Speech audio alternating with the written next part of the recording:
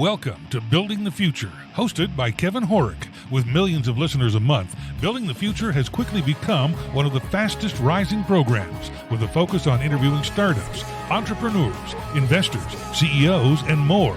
The radio and TV show airs in 15 markets across the globe, including Silicon Valley. For full showtimes, past episodes, or to sponsor the show, please visit buildingthefutureshow.com.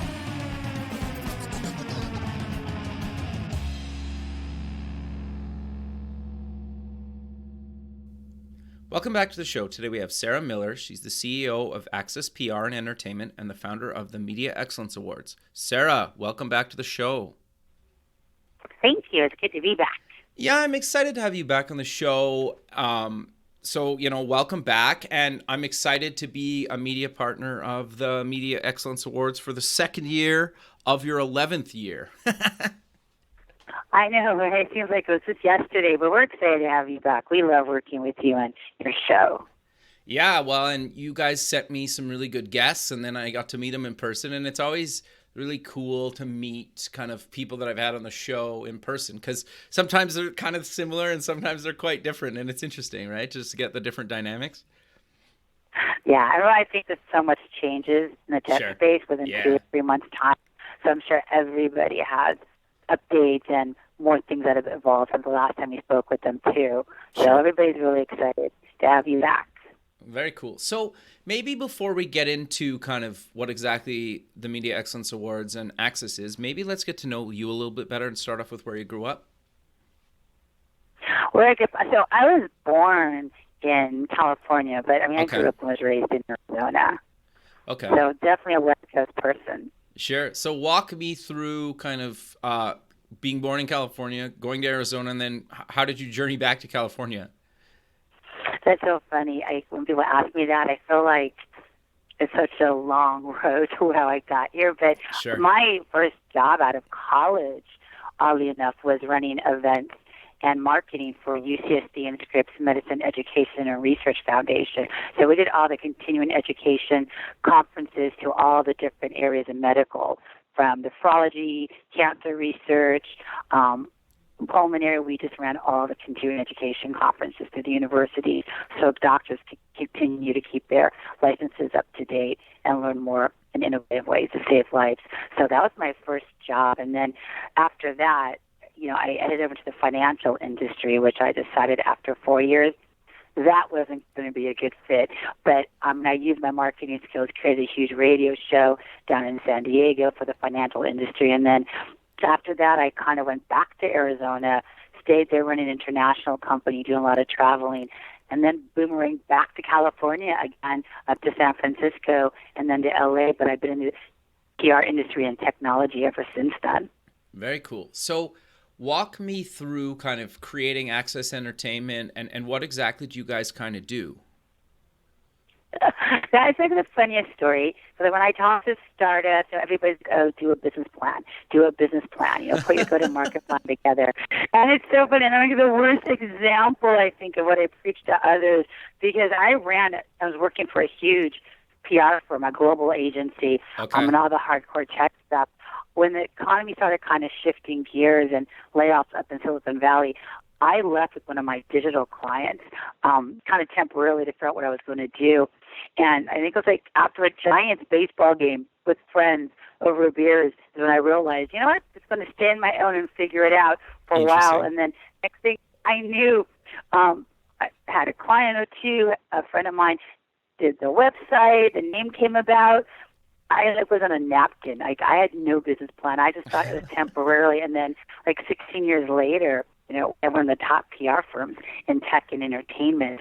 So that was kind of the weirdness about starting the agency was I didn't really think through. I didn't have to bootstrap. I didn't have a business plan. And I got very lucky. I had one or two amazing clients who believed in me, who we did a great job for.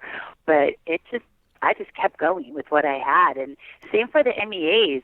It was 11 years ago, I had this idea when I was running Mobile Mondays, a affinity networking group globally, that we should honor these startups because we did nothing but startup work. And I'm like, it's hard to get recognition for startups, and all these big brands want to white label, use their technology, but they're not going to allow them to talk about it, you know, if they're their client or what they're doing with them.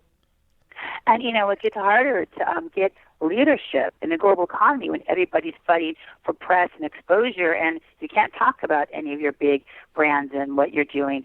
So we created this like little awards networking event over the holidays just to kind of recognize some of these startups, because I had a few startups that were doing a tremendous job, but they weren't really getting the recognition because their brands wouldn't let them talk about it.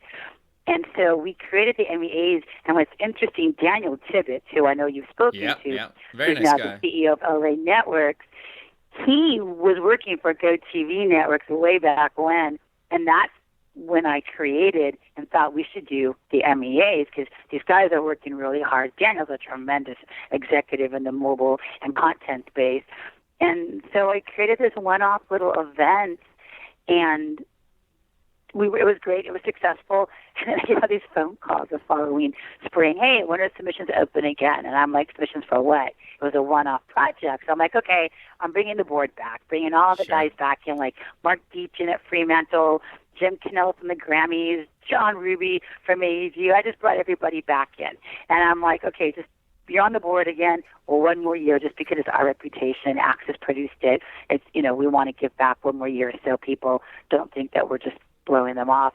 And we did the second year, which was successful. And then in year 3, people started calling again. So I'm like, okay, 3 years, third time's the charm, and then we're done with this annual event. And then I just like, after I think a bunch of like events or glasses of wine, I was talking to, you know, Allison Dollar at ITV Alliance, and I'm like, we need to make this legit, because I have one more year. And that's just everybody kind of rallied, all these people that I know you know that are very influential CEOs in technology. You know, like, it's a great idea. It's a great event. Let's just keep it going. We had the website built. And again, no blueprint, no go-to-market plan. It was just a one-off event that got a little out of hand and got a little too big. And we were just going to leave on a high note. And then 11 years later, here we are again doing our 11th annual MEAs, and all of these amazing people that were on the board working at startups, really supporting what we were doing by giving back to the industry with an awards event that honors leadership and innovation and technology. They're still on the board. They're still involved with bigger companies. So it's interesting to see how you create a platform for the industry, by the industry, to give back to the industry, how many people really do support and stick along through all the ups and downs of 11 years of planning and awards, because we still have almost the same executive committee that we started with 11 years ago, which is really nice. So it really becomes a family. Yeah, no, it's actually quite fascinating talking to some of these people and hearing kind of their stories. It was wild to me because a lot of those guys and girls created stuff. Can't remember exactly who it was, doing like video streaming online, and they were like the first big company, and then, you know, and they were backed and they were getting a big company to sponsor this. And it's just like, it's wild to talk to the people that created the technology that I grew up kind of playing with and like idolizing, right? And it's weird 10 plus years later talking to the people when you're like, I remember when that came out and I was laying with that. And then you're like, fast forward 10 years and you're talking to the person that created that or was like part of the team that did that, right? And that to me, really kind of fascinating, right? And hearing kind of the struggles and their journey to get it to that kind of out in the public eye, right? Because like, it sounds crazy now, video streaming online was terrible 10, 15 plus years ago, right? Like, it just wasn't really around. Well, this guy created this there, and you're like, wow, right? Like, I remember that. And so it's kind of wild for me as well. Back when, in those days. And I think it's interesting. And we've had some really good finalists.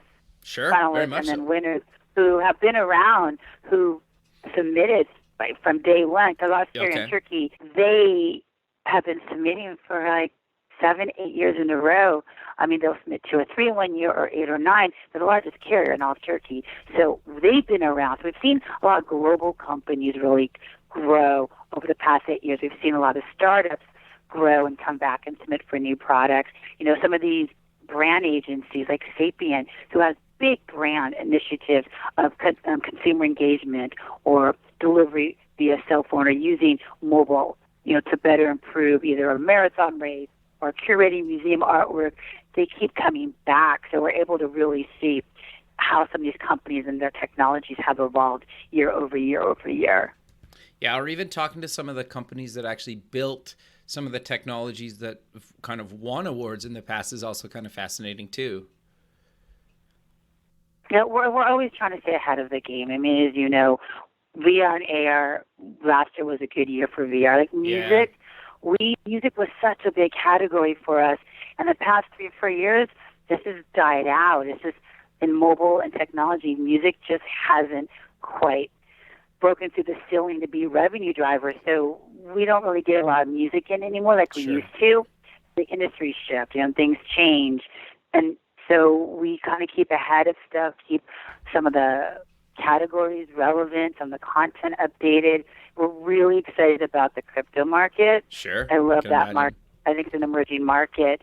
So we're hoping next year it's going to get to the point to where everybody's educated enough and there's enough companies out there who understand how to make it work and what it's about, so we can start opening more submissions and more categories for. So we're always looking at how the development of innovation and technology and who's who and who's doing what.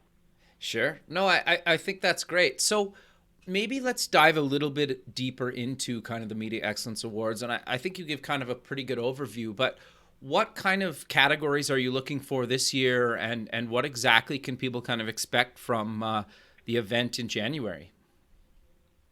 Well, a category that we have about 22 or 23 categories from VR, AR. We have esports on there, games, video delivery, apps, content, extended marketing programs.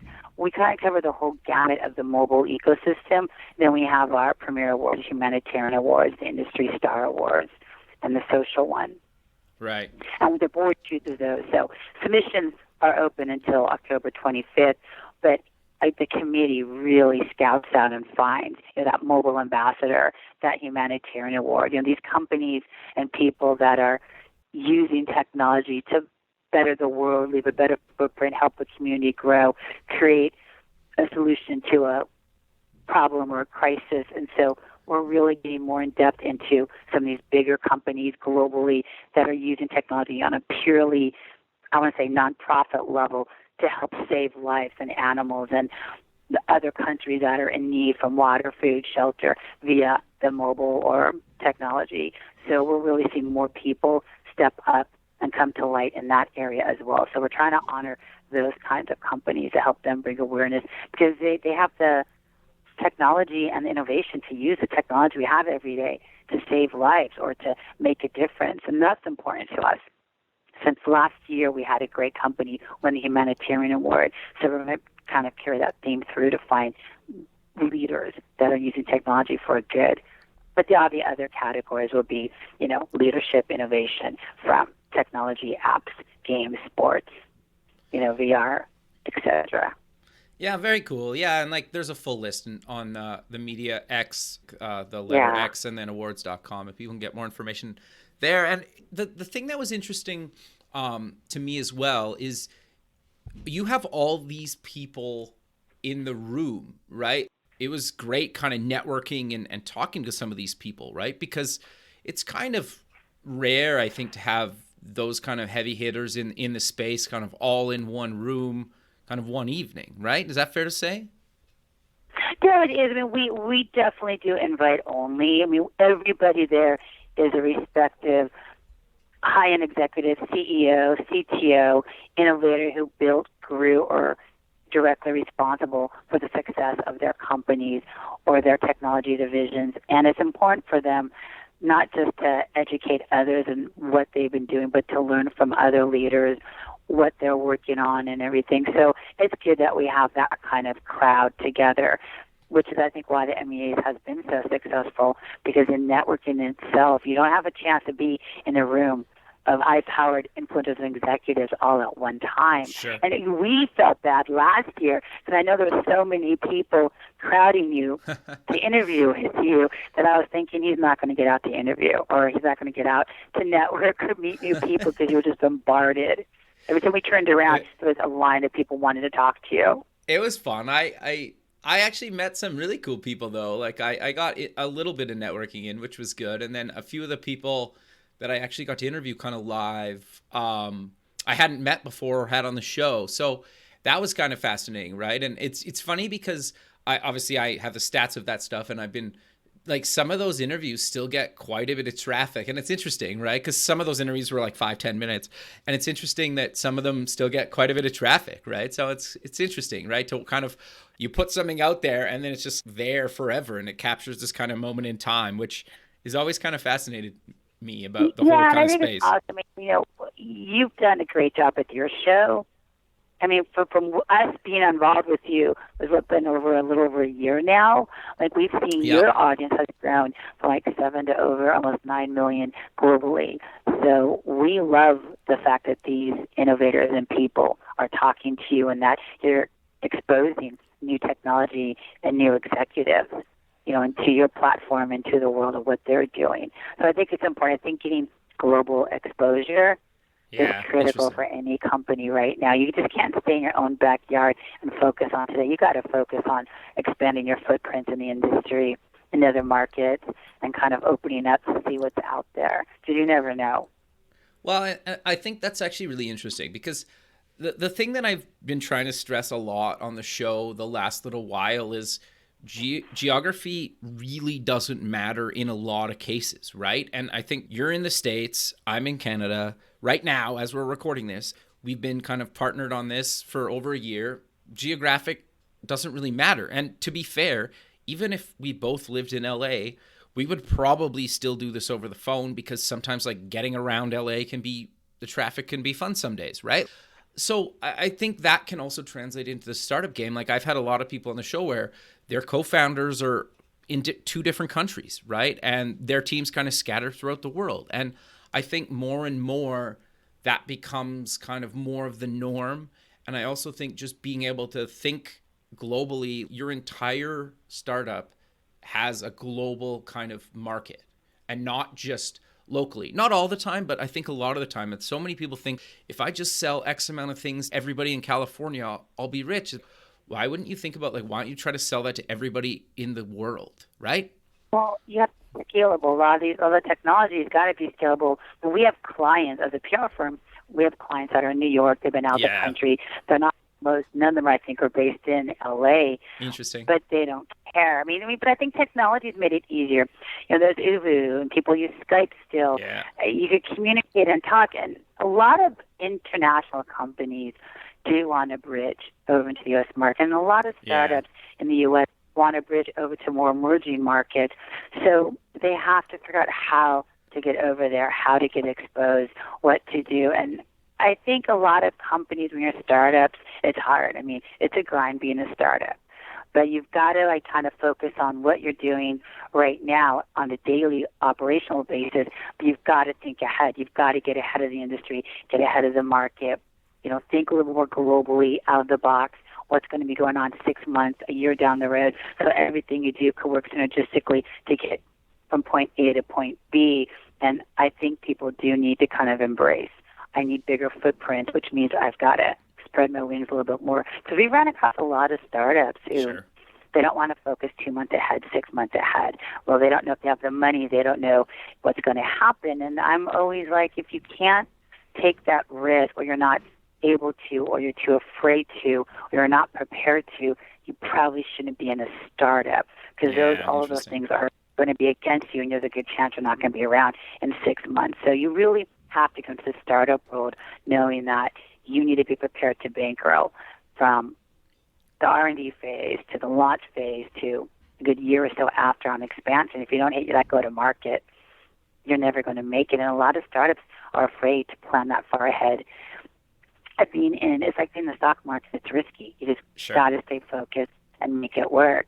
But we've had some really good startups with the MEAs that once they won an award within like a year or so, they got big, they went through a huge M&A. So we're proud of some of these startups that we've tracked. And Sure. there's other startups that, are just coming out and they need the awards, they need to get recognized, they need the exposure. So we see all facets of the startup industry from every stage, from okay, we just launched within a year, to we have all these great new products or services that are just now coming out in the past 5 years. And so it's good to really support the entire ecosystem, because everybody, I think, needs a little bit of help and could use the help and should get the help they need to grow and become successful. No, I 100% agree with you. So I want to dive a little bit deeper into kind of Access PR and Entertainment. Obviously, you're a PR and entertainment firm, but you guys do you want to talk a bit about kind of what you guys do and how you work with companies? I mean, we're a strategic, creative, full-service PR firm. Okay. We actually just won our own awards 2 months ago for 2018 for Best in PR and a Legacy, because we won Best PR firm for the past 5 years. So we're not just programming an awards program to honor innovation, leadership, and others. We're actually winning our own, which is great. But everything we do is strategic. We're not publicists. We don't deal with individual celebrities. We don't hold their purses or their gowns on the red carpet. We're not that kind. Sure. We're a full public relations company, from the strategy, from the launch, from the digital mobile platforms, from running events for them, pushing out social media, getting the strategy, locking down awards, white papers, getting them listed in magazines, getting them interviews. I mean, we really look at the strategy, work with the CEOs directly.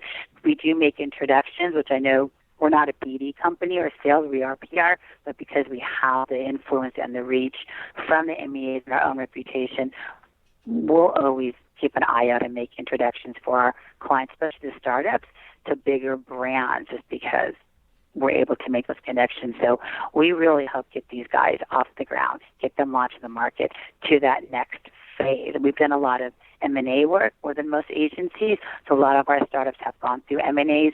It's kind of bittersweet. We love the client, but then they're being sold, or they sold, or they merged.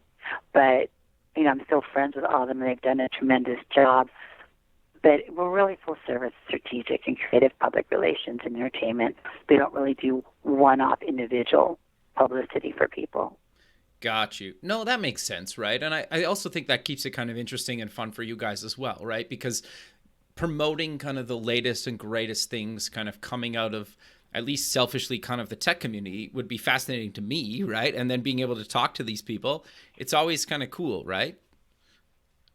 Yeah, I mean, it's technology. We focus on, obviously, technology and entertainment, but we also focus on the lifestyle brand. So some of our clients, and we worked with AG for 5-6 years with John Ruby, but we didn't do the publicity for Bon Jovi, Black Eyed Peas, the Global Poverty Conference and event in Central Park, the Global Citizens, 8 bands all day eradicating global poverty around the world.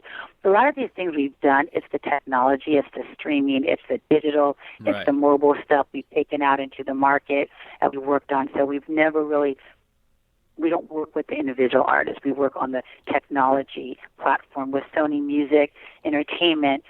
Again, it was all the games that come out of Sony and the digital side and the digital platforms that they're using. So we consider that they're still startups within the big brands. Yeah, that was one thing that was kind of fascinating to me too, is like a lot of these big guys are kind of doing their own kind of mini startups inside, right? Because I think they have to stay relevant, right?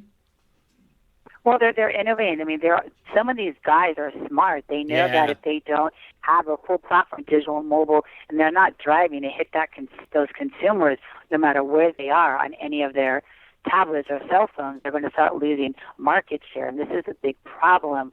Sure. A lot of them, like a lot of the studios, feel like, oh, well, should make us money immediately. It's not an immediate revenue driver for some of these bigger companies. Sure. It's an R&D. You've got to have the teams in there to figure out what their goal is, get that content out, work on the technology. So they do run them like small startups within the big companies. We did a huge market and intelligence survey in the music industry. We had Billboard and a few other big companies involved in it years back.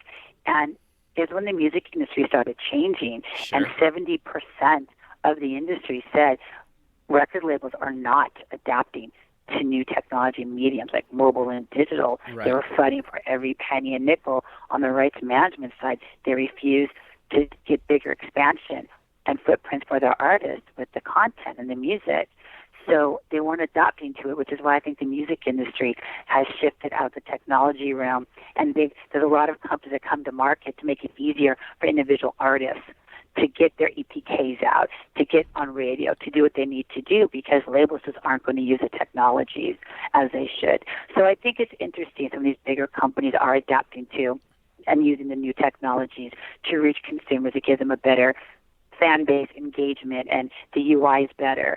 But then there's some that are just staying away. They're sticking to their core competency of what they do and what they know. So it's interesting to see how the industries have evolved up and down based on the market and technology, if they're going to adapt to it and embrace it or not. Yeah, no, it's interesting. The other thing that was quite fascinating to me, I had Mark Deitchen on the show through you as well, and they were building an entire network of shows that were shot decades ago, right? And people were loving like the old game shows, that were shot the 60s and 70s, right?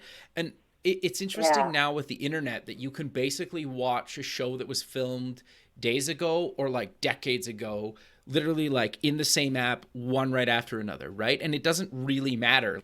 Sure, the clothes and probably the color of the footage is different, but if it was a good show decades ago, it's still probably a good show now. And people are kind of consuming stuff that was, shot decades ago or kind of days ago, which is really quite fascinating that we're kind of in this time where it doesn't really matter anymore when something was actually recorded. Yeah, I know it's interesting. I'm not sure if you spoke with Mark recently or not. Not recently. I know no. he should be. I know he's going to be on your show in the next few weeks. He's now GM of Fremantle. Oh, very cool. His whole, from a year ago compared to now, I think all of our board they've all evolved. And he's getting more into the content, bringing back the content that people sat on, but watched over and over every day years ago. He's kind of bringing old school back into the market through Fremantle, through Buzz, which is exciting to see. It's exciting to see how Mark's evolved and grown over the past 5 years in the industry, because he worked on AMP. He worked at these small startups. Sure, yeah. And then he went to Sony Digital. Then he was running Sony Pictures on the digital side, and now he's him at Fremantle's Buzzed. And it's amazing how he's kind of gone out of the box to bring in more and more shows and revive older shows that are huge hits right now on TV. Sure. It does seem like that's kind of one of the big trends on TV is kind of re-energizing these kind of older shows, and they're bringing back a ton of shows, even starting kind of this fall, like a bunch of shows that have been off the air for, years are back, or they're remaking them, or they're bringing them back with a new cast. It's quite fascinating, right? Yeah, I think what's coming back? What was that big concert? That Roseanne? That's now it came back from like years ago. Yeah. And now it's the Connors. Yeah, for a lot of other obvious reasons. Yeah. But a lot of these older shows, look at all these game shows like Pyramid and World of Fortune. They're all coming back with the new revamped like Love Connection. Like it's interesting, right? It's still the same show. It's like the old dating show where the girl's behind the screen. I was asking all these questions for these guys or vice versa. Now there's a whole dating show where it's the exact same concept, but up to speed, and they have to propose right then and there. Interesting. Yeah, I haven't seen that, but that's interesting.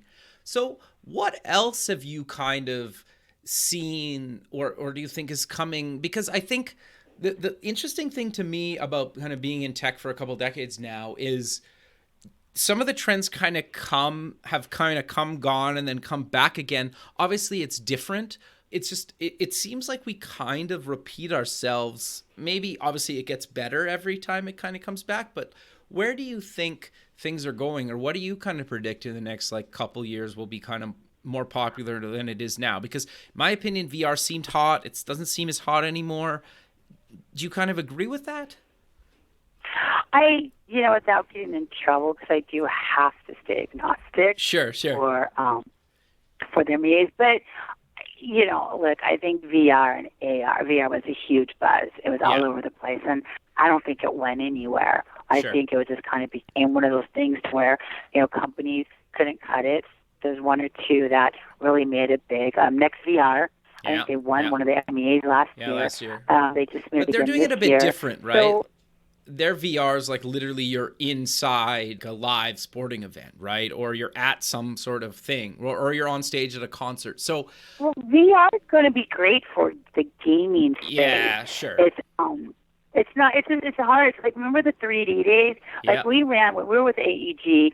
We did the Black Eyed Peas, the End World Tour. It was like their last tour as the Black Eyed Peas, and it was the first time ever a concert was broadcast simultaneously in 3D as a concert was live. And this was great because will.i.am and the team were playing to the 3D cameras in third dimension. It was amazing. But 3D never made it big. The big studios on the big shows, they have the budget. Spielberg has budgets. These guys, Cameron has budgets. They could do these huge film blockbusters in 3D. But majority of the industry, 99%, just it wasn't worth it. It wasn't scalable. I feel like VR is kind of going down that same path. It was huge. It was buzzworthy. And it was trying to figure it out. But then it didn't really scale to where it wanted. So there's a few VR companies left, and a lot of it's just going into whether it's advertising or the gaming industry. Yeah, I think gaming industry would be huge for VR, but I don't really think it has the power to scale as big as they thought. But that's the whole thing with these trends. Like esports, I love sports. But I'm not the right demographic, but I was never a gamer growing up. I was never into games. And I don't think sitting there watching a bunch of kids play video games for hours is that exciting. I'd be on my phone working or scamming social media. I wouldn't be really paying attention. So I don't think esports, I think it's a fancy term to kind of revive a dying industry, to make gaming bigger, more public to the consumers, to get more brands to advertise. Because think about it, the big brands want to reach millions of people within their demographics at the same time. That's why music and these big sporting events are big. So I think the esports industry just thought, let's kind of give it a sexier term, esports, get more money pumped into the industry. But I don't think esports, it's gaming. It's just the same as the gaming industry. So I think a lot of these industries and technologies do kind of circle back around and evolve with a new name, a little more advanced. It's kind of like that old school way, coming back with a new facelift, a new look, a new feel, and a more evolved technology. My big thing is the cryptocurrency and the blockchain technology. Those are the two technologies that I'd like to see grow and get involved with. I mean, I'm intrigued by the entire concept of the crypto market now. And I know you spoke to Randy Crowder about that on the crypto side. And they're looking at doing an entire cryptocurrency market through the SEC. Yeah. So that's something that I'm definitely interested in. A lot of companies I've met with are doing their ICOs, so taking in crypto versus cash. I think that's a little risky. Yeah, because if I was an investor and I want to give you $5 million, I want to know that within a year or two I'm going to get cash back. Or the crypto market, it's not regulated yet. Yeah. And same as Bitcoin. People said, hey, we put in 20,000 where our Bitcoin's worth 20 or 30,000 or 200,000. That's great. But if somebody hacks it or you lose it, it's not FDI assured. There's not a lot you're going to do with it. Once it's gone, and there's no trace of it, which is the problem. So I'm not really big into the Bitcoin space, but the crypto market does. After talking to Randy Crowder a lot about it, I am intrigued about what's going on in that space. I think that's going to change a little bit. It's going to change the landscape of the exchange rates with these guys doing ICOs and looking at the crypto markets. I think McDonald's just ran a bunch of ads. They have their own crypto wallet for go on and use your Big Mac, your Mac crypto coins and get food and Big Macs and stuff. So I think there's a lot of technologies out there, but we see some of these big brands spend millions on advertising to launch it. I think there's some weight in that, but that's definitely one of the areas that's going to stick around. Yeah, that's fair. And I also think McDonald's, hopefully this doesn't happen, but they have kind of the background and the cash and probably the security and the tech team make sure they don't get hacked. And if they do get hacked, they can kind of recover from that, right? Where a cryptocurrency, if they get hacked, it's kind of over for them, right? In a lot of cases, not all the time, but it's interesting, right? I don't have a lot of intel to really answer those questions. This is Sure. why I like having the conversations with somebody like a Randy Crowder, who's been involved, who was the founder of CryptoWatch, because I do have a lot of questions. But, I look at some of these bigger companies. I mean, regardless of the cash they have on hand or the brand and the market share, if they're smart enough to use technology to make it easier for consumers to purchase and buy and download, the more to them. I think it's a great way to go. Sure. Well, and I think it also builds a lot of brand loyalty, right? That because certain people, love kind of just playing with new technology, right? And sometimes I just want to try their, cryptocurrency, right? Which is interesting. I want to do a crypto category for the MEAs. Okay. But next year, I just feel like, maybe next year. But I feel like right now, everybody's still trying to jump on the bandwagon. Yeah, I see a lot of people that I know that have been trying to do their own startup, do their own thing, consult for the past few years. They didn't really have a home base. They're just kind of floating around, trying to say, oh, I'm in VR. Oh, now I'm in this. Oh, now I'm in this. I'm like, what exactly is it that you do? Because every year you're in a whole different headspace. And they keep changing. And I'm seeing them all buzzing around social media. Oh, I'm at the crypto, or I'm doing this crypto thing, or this crypto conference.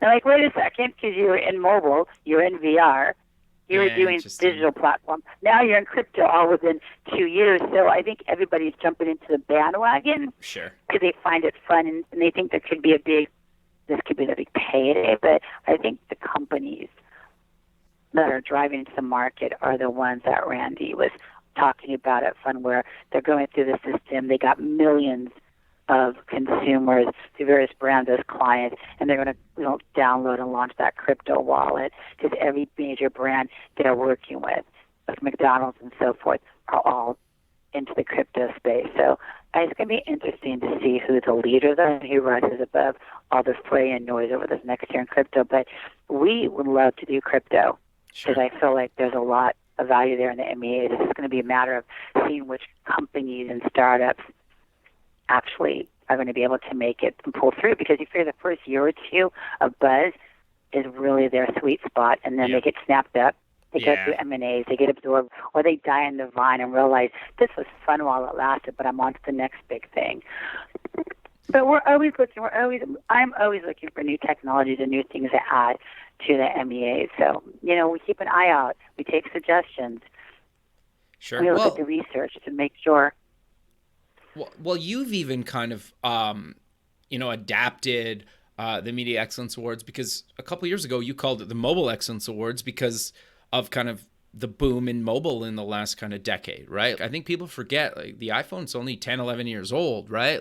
The thing is because mobile was a standalone. It was, oh my God, mobile's big. It wasn't a buzzword for like VR or crypto or blockchain. It was mobile. Everybody needed to adapt, because everybody was walking around with smarter cell phones in their pockets. So as a standalone, every industry in the vertical stood on its own with mobile, while we had so many of these categories. The sports wanted mobile, music, content, brands, TV, as everybody was mobile.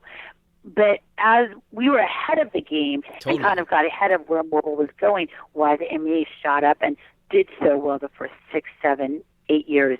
In the last year or so, mobile was no longer standalone. Mobile is just part of your entire platform. Yeah, it's expected, everybody's right? Mobile. Then you're standing at Starbucks, you're mobile. You're driving around, you're mobile. Everything is mobile. So it's just a multi-platform approach.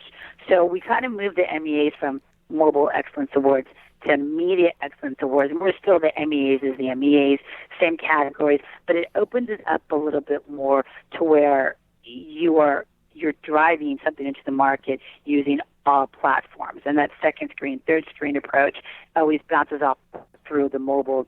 So we've kind of opened it up so it wasn't so narrow. So I feel like the mobile is not a standalone anywhere. So we want to keep the MEA name for branding purposes, because we had a long legacy of it. So we're still MEAs, but it's just now all things mobile and media. No, I think that makes a lot of sense, right? Because you're right. Like some of the categories that you guys have now wouldn't really fit under the mobile head or banner. But I think that's also important to kind of mention, right? That you guys have kind of adapted to the trends and what's kind of happening as well. Your award shows staying current with kind of what's happening in technology and the startup space and even just kind of in the tech world, right? Which I think is kind of fascinating in itself. I mean, I wanted multi-platform because technically everything we do, from engaging the consumer to driving content, entertainment, utility, it's all multi-platforms. I could go online, I could do my mobile. It's a multi-platform, but I don't think multi-platform excellence awards. It was way too much. Like, so we just kept it MEAs and put it down to media. But I do think there's a lot of people who have great initiatives, and they're still using the mobile somewhere within that platform, and they need to be recognized globally. It's interesting as well because I think there's a few markets that are more advanced than we are here in the U.S. Interesting. Okay. They're much further ahead. Like I talked to these guys after the MEAs last year. They're in town from Singapore. They were British guys. They sold a huge ad agency media company buyout over in Europe, and they decided to get into a whole blockchain technology and entertainment and content play, and they were kind of doing a global jump on investors relations and a bunch of other stuff because they were doing an ICO. Right. I mean, they did the ICO, and they were before crypto even became the buzzword, as big as it is here. So I think there's other markets. I mean, we had Singapore Airlines come in last year. I think they won one of the awards. They won a couple awards, I think. Yeah, because there are 2 or 3 of them. We've had a few of these global guys just because they're a little further advanced in the emerging market. So it's good to see. It's really good to see what's emerging overseas as compared to here. I mean, we've really, like I said, I've seen Turkcell grow over the past 9 years. They've been involved in MEAs based on what they've submitted.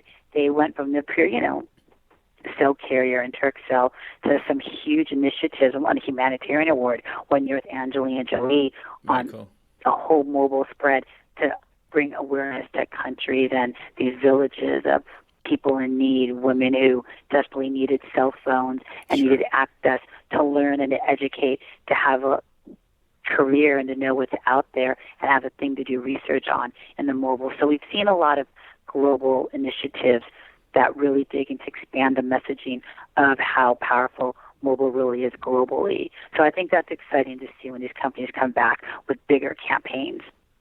Yeah, no, that makes sense. So I'm curious to get your thoughts on, at a bigger company, higher up kind of buy-in to kind of innovating in the space. Because in my experience, it seems you basically need that kind of buy-in, or it's maybe not dead in the water, but it's really hard to kind of push some boundaries. Have you kind of found that? It seems like the people that you've gotten me on the show, even their bosses very much kind of buy into what they're doing and trying to push things forward. Would you agree with that?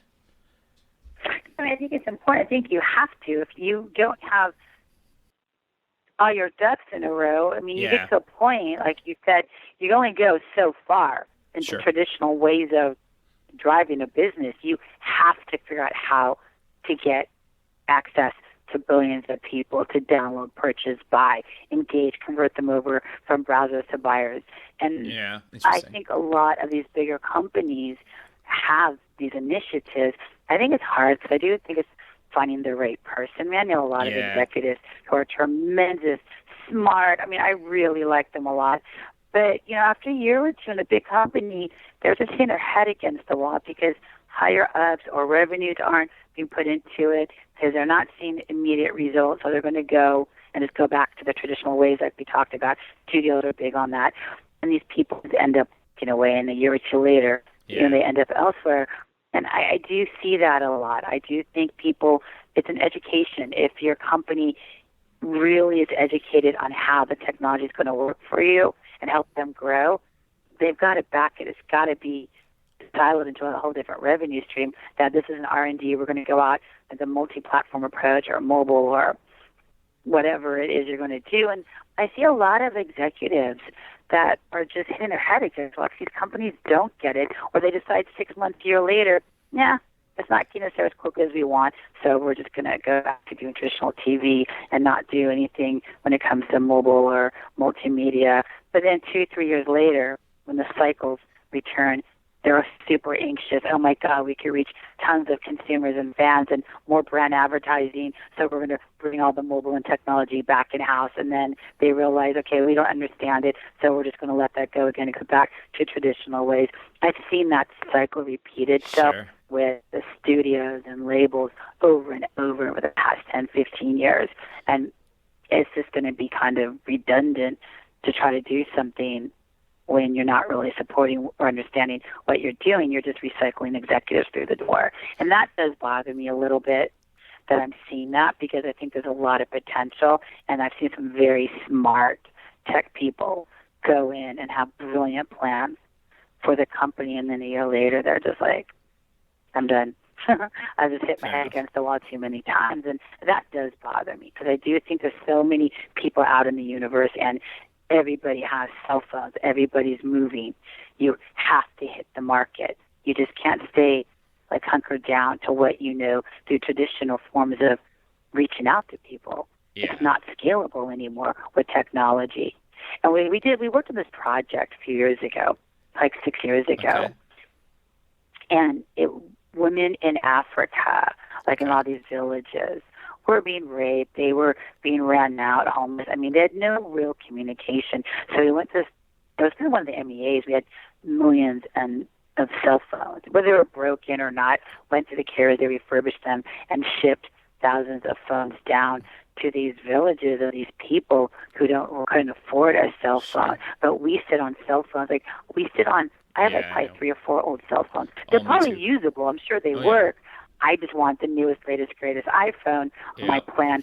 But I feel like those should be recycled, because your lifeline for safety could be that cell phone that was given to you. And so we worked with one of these companies through the MEAs that gave all the cell phone drives to, I mean, you think about it, if you, out of any bill you have in one of these third world countries, you're going to wait in line for hours or days just to pay your cell phone bill before you pay your electric bill or your water bill, because they know that those cell phones are their only lifelines to communicate, to talk, to call for help.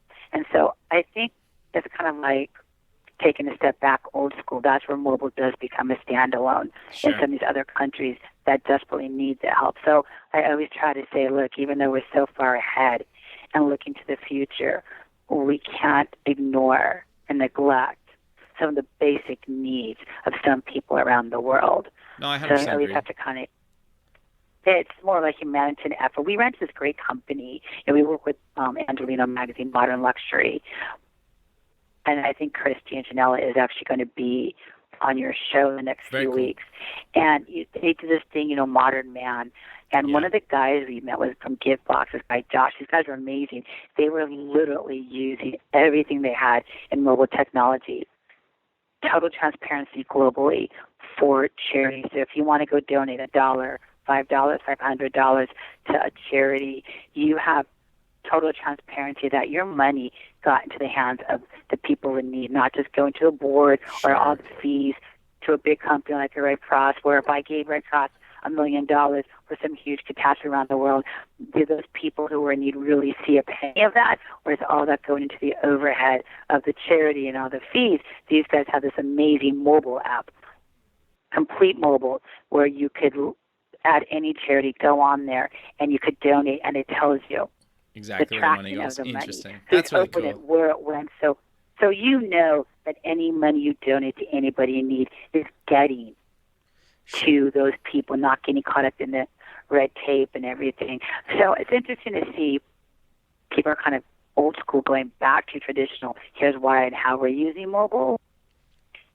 So it's an interesting mix between that and how far somebody else has evolved using technology. No, I think, that's quite fascinating. But we're kind of coming to the end of the show. So do you maybe want to close and give a bit of a wrap up again about kind of what exactly the Media Excellence Awards is and what Access PR and Entertainment does, and then where people can get more information about both, and then we'll end it there. Yeah, perfect. So the MEAs you can reach at MediaXAwards.com. It's one of the most prestigious and influential awards globally that honors innovation and leadership in technology, entertainment, and all things multimedia and lifestyle. And the event's in mid-end of January. It'll probably be a sit-down dinner this year versus a big open thing we had in the past few years. And then Access Entertainment is Access, AXIS-entertainment.com, full-service strategic PR for technology, entertainment, and lifestyle brands. Perfect, Sarah. Well, I really appreciate you taking the time out of your day to be on the show, and we'll probably talk in the next couple of days or two, but thanks again for doing it, and I look forward to seeing you in person again in January. Yeah, we're looking forward to seeing you as well, and good luck with all these other interviews. Thanks very much. All right, we'll talk soon. Okay, bye. Goodbye. Thanks for listening. Please visit our website at buildingthefutureshow.com to join the free community, sign up for our newsletter, or to sponsor the show. The music is done by Electric Mantra. You can check him out at electricmantra.com and keep building the future.